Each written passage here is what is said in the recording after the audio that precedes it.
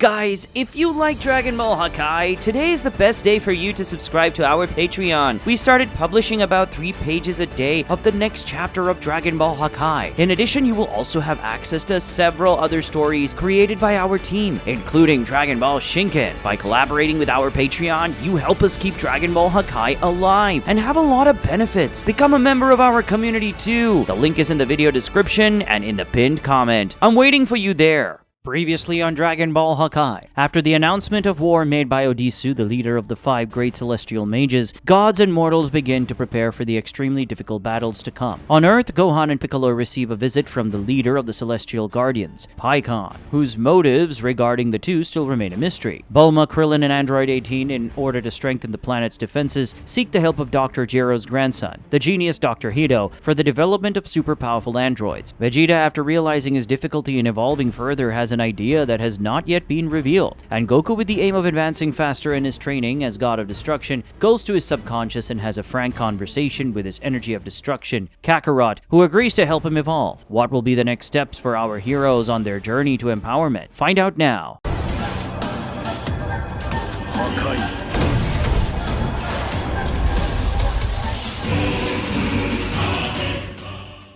If you like Dragon Ball Hakai, comment now #Dragon Ball Hakai or #Goku God of Destruction, or comment something else related to Dragon Ball Hakai. If this video reaches 100 comments mark, we will know that you want to see more of the story and will further accelerate the production of the next chapter. Another way to encourage us to bring you the next chapter faster is by liking the video. If this video gets 1,000 likes, we'll know that you really want to see the sequel and rush production. So for the next chapter to come out faster here on the channel, help this video reach the mark of 100 comments and 1,000 likes. Okay? It seems like I'm asking too much, but if 10% of the people who watch the chapters here do this, we'll already surpass this goal. Anyway, without further ado, let's get started.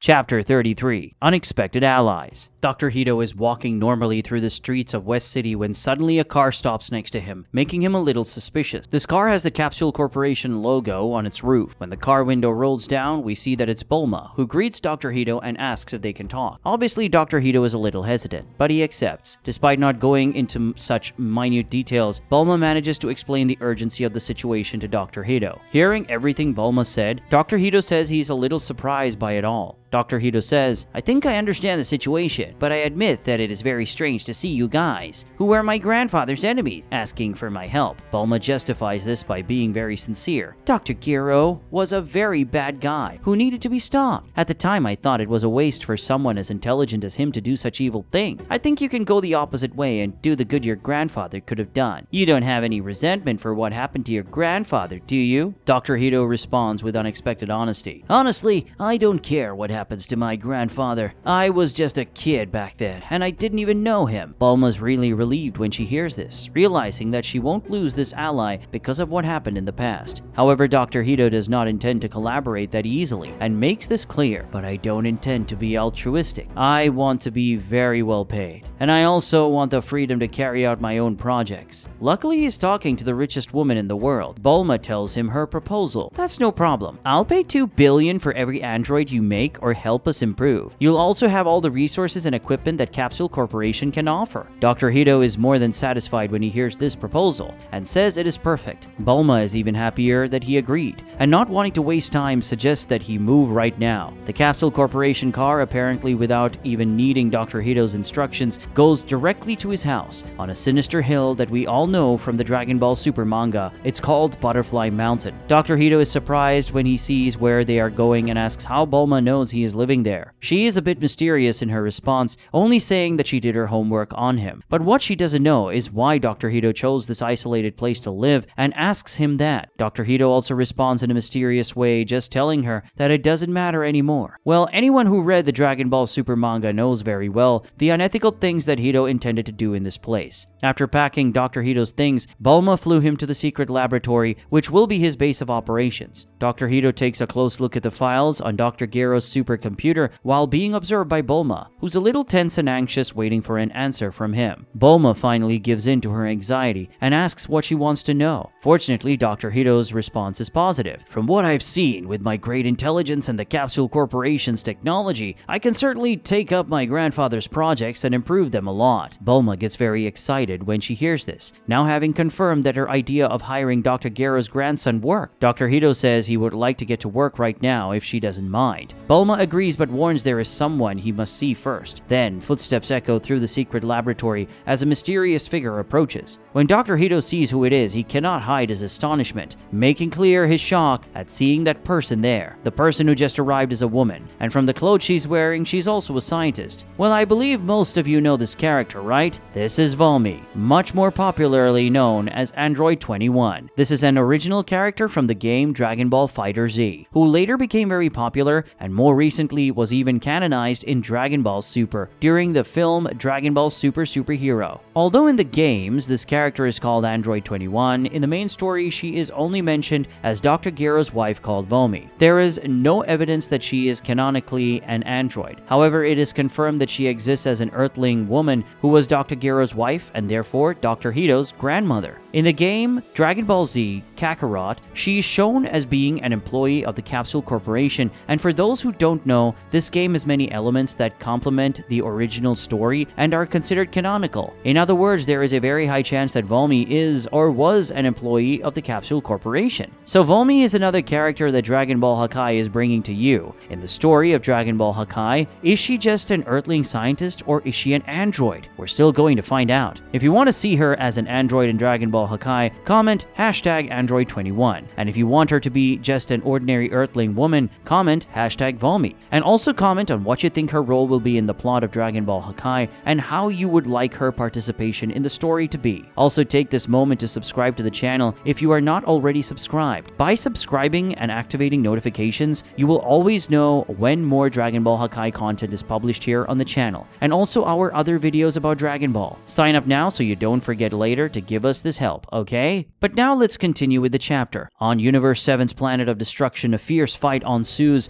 while Oob remains dormant. This fight is between Beerus and Majin Buu, who are fighting a fierce battle for the planet's food. Enraged, the god of destruction of Universe 7 complains, "You fat bastard, you're eating all the food on my planet." On the other side, the pink demon responds, "I'm hungry, hungry." "Then get your own food," the destroyer retorts. Beerus, who was previously vehemently opposed to the idea of Majin Buu and Oob being taken by the Celestial Guardians, now has a completely opposite thought, hoping that their boss will arrive soon. Jeez, that damn Pycon said he was going to come after these two, but he's taking too long. I can't take this pain in the ass anymore. However, the god of destruction suddenly seemed to have an idea, and so he makes a proposal to Buu. "Hey, Majin Buu, I need you to do me a favor. If you do, I'll give you all the food you want." Of course, this attracts Majin Buu's curiosity, who looks suspiciously and surprised at the Hakaishin. A few minutes later, a cube-shaped ship arrives at high speed at the planet of destruction, tearing through the sky and entering the planet in the form of a flash of light. However, despite the extraordinary speed with which it was moving, the cube lands smoothly. Those traveling in the cube are Pycon, Gohan, and Piccolo, certainly coming from Earth. When they leave the cube, Gohan and Piccolo take a curious look at the planet of the god of destruction. So this is Lord Beerus' planet? Gohan wonders aloud as he contemplates the planet. Piccolo, apparently finding the environment to his liking, comments, "It seems like a calm and silent place." Pycon senses someone's presence. It's the owner of the planet himself, who responds to Piccolo's comment while approaching them. "It was very calm and quiet before I met you all. Getting straight to the point." Pycon justifies their delay. "Sorry for the delay. I had to convince Son Gohan to come. I guess I couldn't have done it if it weren't for Piccolo." Gohan still doesn't seem completely convinced and whines, "I'm going to be jobless for the first time." Piccolo, no longer patient, starts to scold him. "Stop whining. The fate of the Earth and the universe is more important. Also, your father-in-law is rich, so your family won't go hungry." Seeing a master scolding his disciple, Pycon also looks for his master. "Is Master Whis around? I wish I had the opportunity to see him this time." Beerus responds, "No, Whis went somewhere with Vegeta. I don't know what they went to do or how long it will take them to get back." This seems to make Pycon a little disappointed. "I see. In that case, I'll take these two at once, along with Gohan and Piccolo." Without wasting any time, the travel cube takes flight again, this time also taking Oob and Majin Buu. So guys, what do you think Pycon will do now that he has Gohan, Majin Buu, Piccolo, and Oob? Comment what you think. And also, what favor did Beerus ask Majin Buu before the others arrived? What could someone like him ask Majin Buu? Tell us your theories. Continuing. With the planet empty, Beerus took the opportunity to take a nap, but his nap wouldn't last long as more people arrived on the planet without him noticing. Beerus suddenly gets a big scar, and the reason for this scar is that there is a huge discharge of energy happening right there on his planet, making the Hakaishin wonder what power this is that has appeared there. This energy is coming from Broly, who is frantically releasing power while also seeming to try to maintain his consciousness with some difficulty. He's doing this while being watched by Vegeta and Whis. Vegeta looks at him very carefully, literally analyzing the other Saiyan. Vegeta notices that Broly has become even stronger since that day they met on Earth. For a second, he looks worried, but then Vegeta shows that it's the opposite. He smiles with excitement and asks Broly to try using some transformation. Broly doesn't have time to transform, as they are interrupted by Beerus arriving and screaming at Whis. This especially scares Broly, who's naturally not used to an angry god yelling around. "What is this lunatic doing on my planet?" the Hakaishin asks the angel, who remains calm as always. Broly, on the other hand, is a little saddened to be called that. But the one who responds to Beerus is Vegeta. "Since Kakarot is no longer here, Broly is the most appropriate to train with me. In addition to also being a Saiyan, he has great power and potential, so he will push me to surpass my limits." The Destroyer does not accept this justification, not intending to be so nice and indulgent this time. "Then go train somewhere else. Don't bring people here without permission. This isn't a hotel." Beerus stops complaining when his attention is suddenly attracted by a smell that really pleases the Destroyer's nostrils. The smell comes from the food that has just been cooked by Lemo, which immediately catches Beerus' attention, leading the Hakaishin to try it and consequently fall in love with what he is tasting. Beerus starts to challenge his mind when he tastes Lemo's food, and he surrenders once and for all when he contemplates Chilai's beauty. This is how Broly and his friends are accepted on the God of Destruction's planet. With Beerus' interruption resolved, Whis draws everyone's attention to what really matters. "Alright, let's start with training." Vegeta completely agrees and then speaks again. "That's right. Broly, I want you to fight me right now.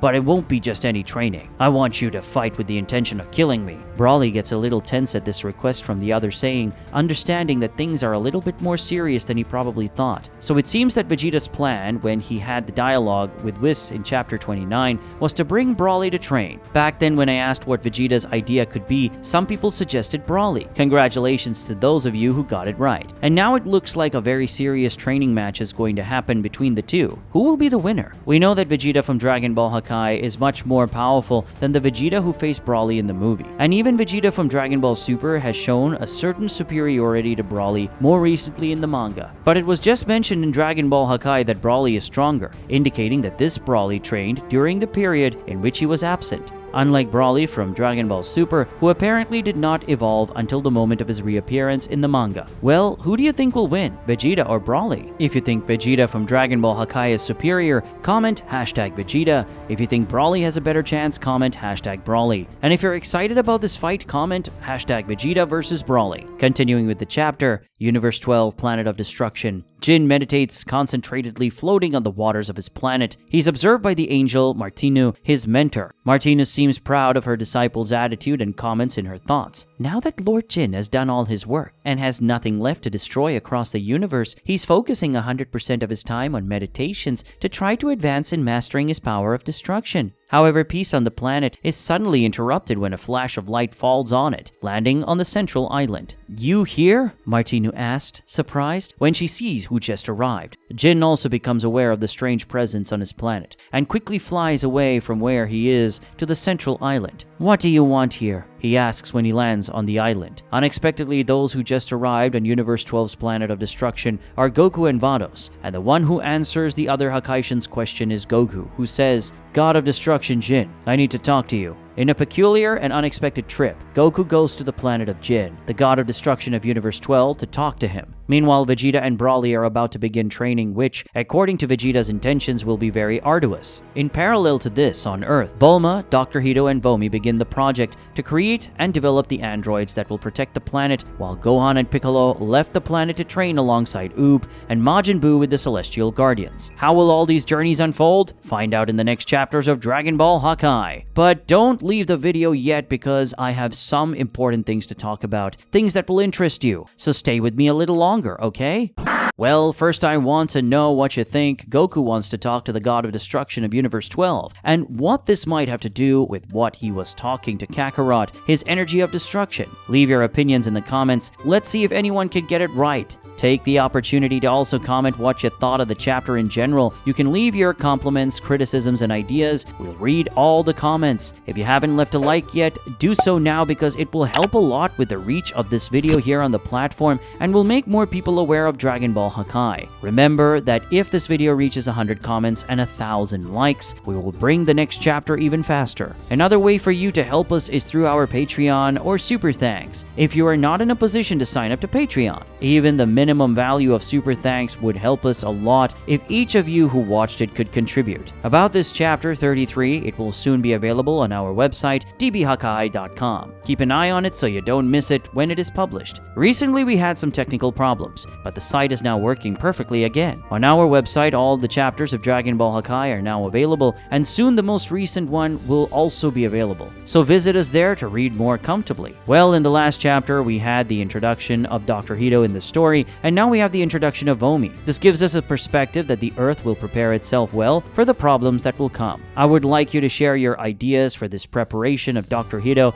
and Vomi and what kind of things you would like to see related to this android theme, since now many possibilities are open. We still have other characters to show on Earth, like some other Earthlings, Android 17 and Goten and Trunks. These characters will certainly still have relevant participation in the plot of Dragon Ball Hakai, and at some point they will appear again in the manga. But I would like to know if you're eager to see more of these characters or if they are irrelevant to you. I'm also looking forward to knowing what the result of Broly and Vegeta's training will be. What new powers and transformations will they achieve? How strong will they get? Will they reach the level of celestial mages? Vegeta will probably follow a line of evolution that involves better development of his Hakai. So will we see evolutions of the Ultra Ego form. And in the case of Broly, perhaps we will see an even stronger and more evolved version of the legendary form. In Dragon Ball Hakai, we will probably see Oob playing a relevant role in the plot, something that every fan, at least the older ones, always wanted to see after the end of Dragon Ball Z. In Dragon Ball GT, Oob had some prominence in the story, but it fell far short of what this character could present, and in the end he didn't have much relevance in the story of Dragon Ball GT. Majin Buu is also a character that many people have wanted to see shine